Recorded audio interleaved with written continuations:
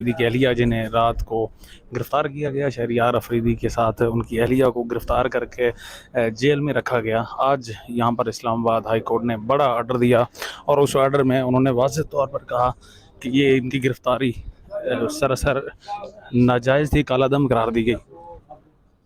1:40 رات کو 6 تاریخ کو یہ لے گئے اغوا کر کے شہریار سمیت، اور پھر اب سے بے جامع رکھا۔ ہم نے ہیبیس پٹیشن کی سیشن کورٹ میں، بیلف نے ریڈ کیا تانا مارکلا پہ، جس میں انہوں نے کہا جی ہم عدالت میں پیش کر رہے ہیں، بعد میں ان کا پتہ نہیں چلا۔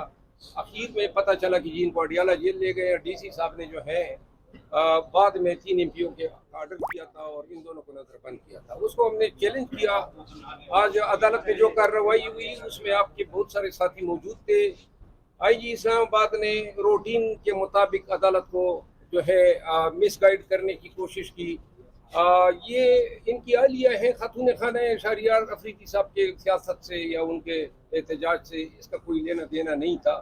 عدالت نے اس پہ برہمی کا اظہار کیا اور وارن کیا کہ اگر یہ جو روزانہ آپ لوگ عدالتوں کے باہر سے لوگوں کو گرفتار کر رہے ہیں، اگر میرے آرڈر کو آپ لوگوں نے پامال کیا تو اس کے سیریس کانسیکوینسز ہوں گے۔ ساتھ میں عدالت نے یہ بھی کہا کہ یہ جو آپ لوگ کارروائیاں کر رہے ہیں، views of the process apply کر رہے ہیں، کہیں ایسا نہ ہو کہ عدالتیں آپ کے سروس ریکارڈ میں اسٹرکچر نہ دیں۔ انہوں نے اس آرڈر کو بنیادی انسانی حقوق سے متصادم قرار دیتے ہوئے خلاف قانون قرار دیا اور اس کو سیٹ اسائڈ کیا۔